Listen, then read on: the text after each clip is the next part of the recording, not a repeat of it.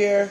Um, Very great start. We did a lot of planning with the teachers over the summer. So it's just great to see new teachers confident and not wondering what to do and running around with their head cut. They're all ready. That's what we saw. And I think that's a testament to how we ended the year with our planning and how we began the year. And obviously to Mr. Martinez for all the logistical stuff that he did to make it happen. You want to get an update on the... So we had sprinkler systems that we needed to put down in the basement. The contract that Ms. Yargo signed with Simplex Brunel, they finished the actual piping, and the whole system is set with the exception of the water. We can't tap into the water main because San Antonio water system saws, they're backlogged. So that's the only thing that's holding us up.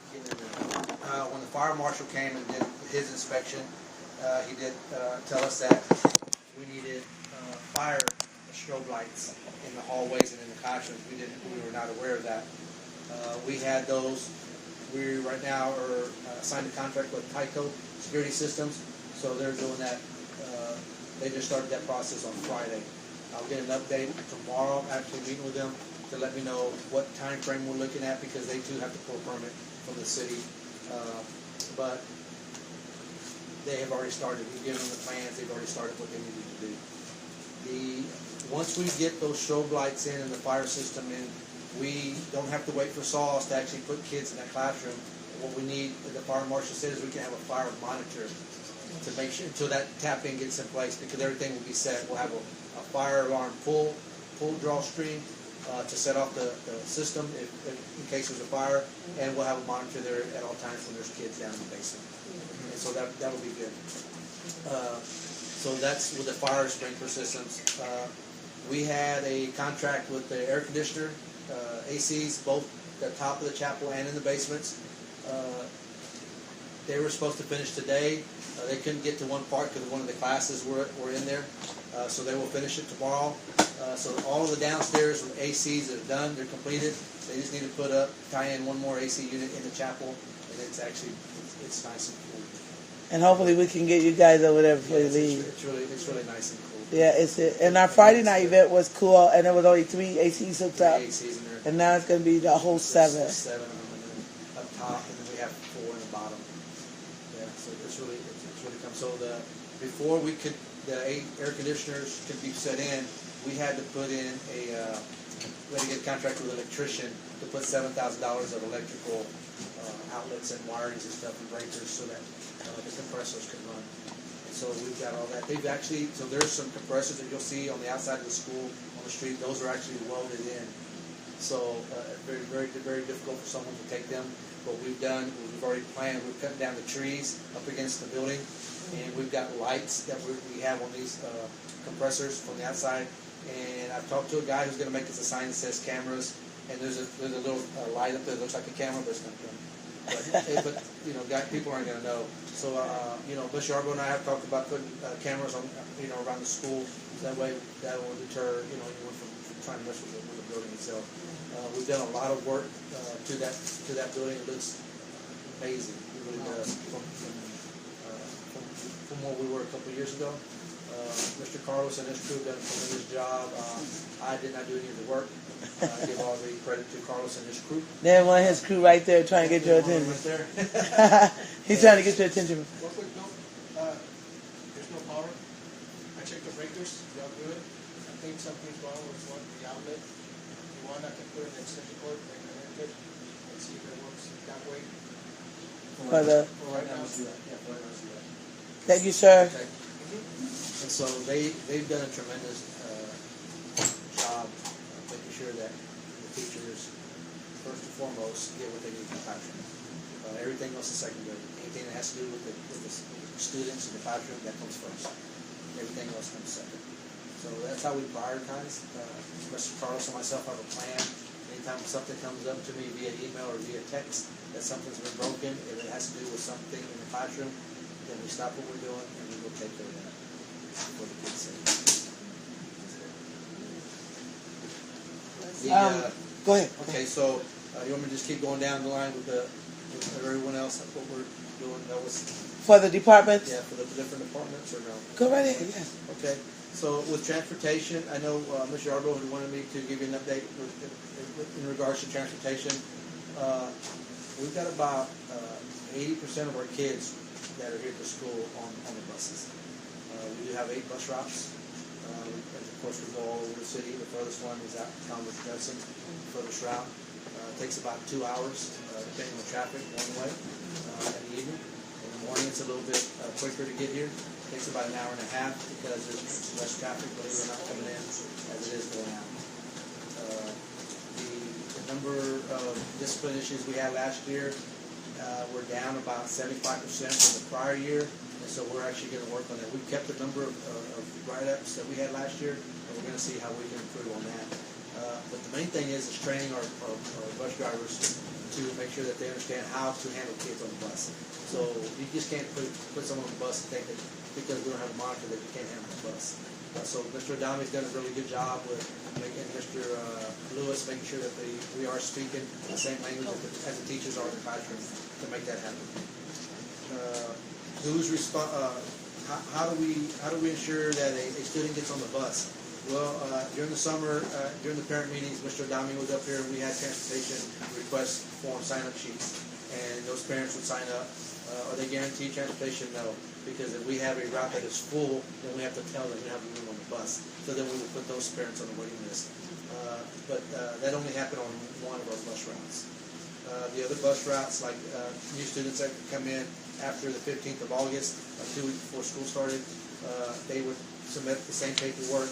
Mr. Adami would get that and try to fit them on a route somehow, some way.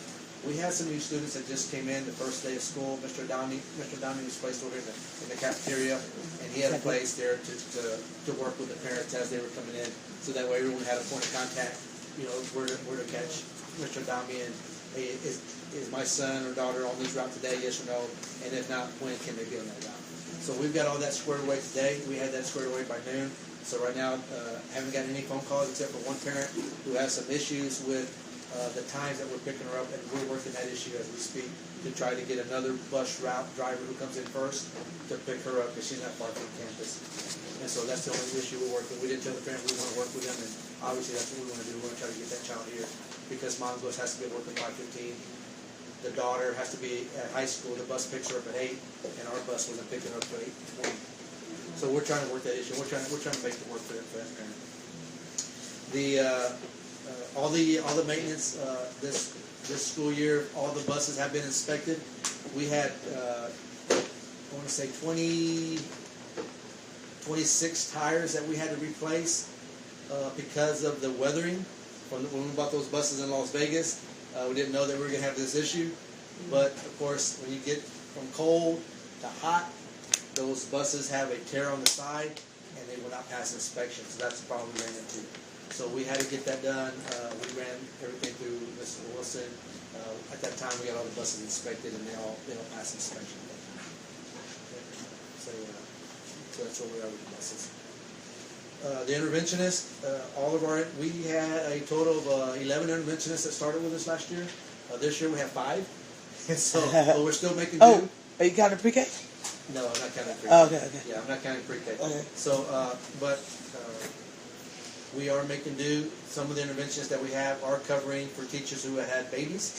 And so they're out on maternity leave with FMLA. And so when they return, we'll gain those interventionists back to fill in for the duties that we need at the campuses for lunch duty, for all monitor duties, for any transition piece that we need, and most importantly for our intervention piece. That's why what we have so they can go in the classrooms and help with Renaissance Math or with Action 100 or any intervention that we need in regards to student intervention.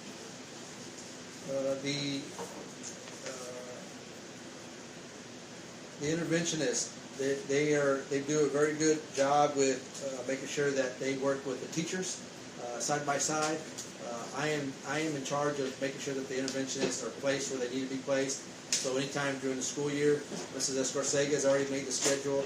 I'm just in charge of making sure that that schedule is being maintained. So anytime we have somebody that's absent, I have to take one of those interventionists and plug them into where the supervision is needed. So let's say if a teacher's out, then obviously that's a priority. So we've got to put that interventionist or a interventionist where that teacher was, and then I have to start moving people around to cover lunch, morning or after school care, whatever it may need be. But those are just some logistics that I've got to work on, and but I did it all last year, so I don't see a problem with it this year. And so we've had that problem yet. Of course, it's only our second day of school, but that's just I just know that hopefully we won't have those issues because we have less people to work with. And so we have conveyed that to the interventionist, how important attendance is, how important it is to make sure that you're punctual here, because if not, it becomes a domino effect. Because then who gets left out? The children, because then they're not supervised. And so they've done a really good job the first couple of days of being here on time and making sure they're where they're supposed to be at a certain time. That's all I have with what I have right now, Mrs. Okay. Ms. Arbro. Sure. Thank you. When we give an update with the monitor, That's on the agenda. that's on the agenda. Let me see. Gotcha. Okay. Okay. I want to thank Mr. Martinez for walking us through that. And I want to thank I see that problems are being solved.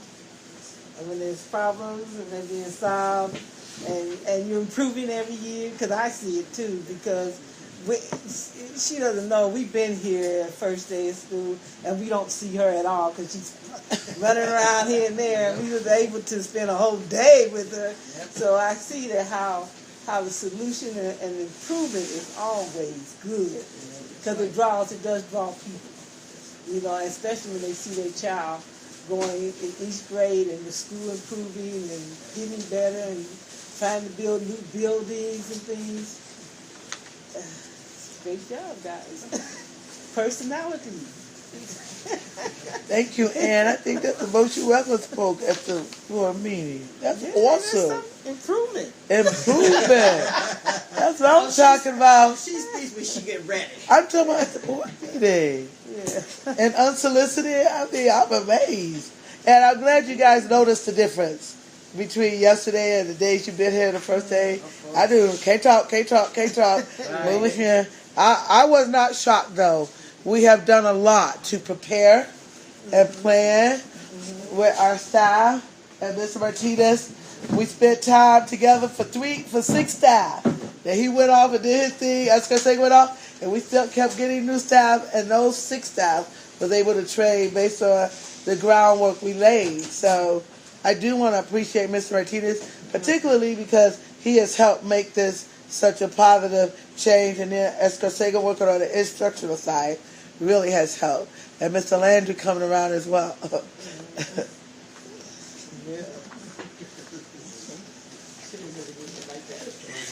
Yes, I did. He level 5 this year, right, Ms. Landry? Thank you, Ann. Are you finished with the Yes. briefing? Now we public comment, and since there's no public here, so I assume no public comment. Now we move on to the action items, and we're at number 1, discussion and appropriate actions, regarding 2013 to 2014 final budget and amendment by Ms. Yarbo. So Loranda has walked through. She's walked through what we have to do at this meeting, and one of them is, for our audit's sake, make sure that we have the appropriate variances. Okay, here you go, Ann. Oh, okay. I put it 7. There was a big half round. Oh. You got one? Okay. Lorana, you want to walk us through what we see? I did want to mention that, particularly Miss Debbie, and I know we've been at board training, and we've been trying to get the fiscal reports that would mean something to us. And I think this captures some of what we saw at one of our meetings one time. I know Lorana's been working on that.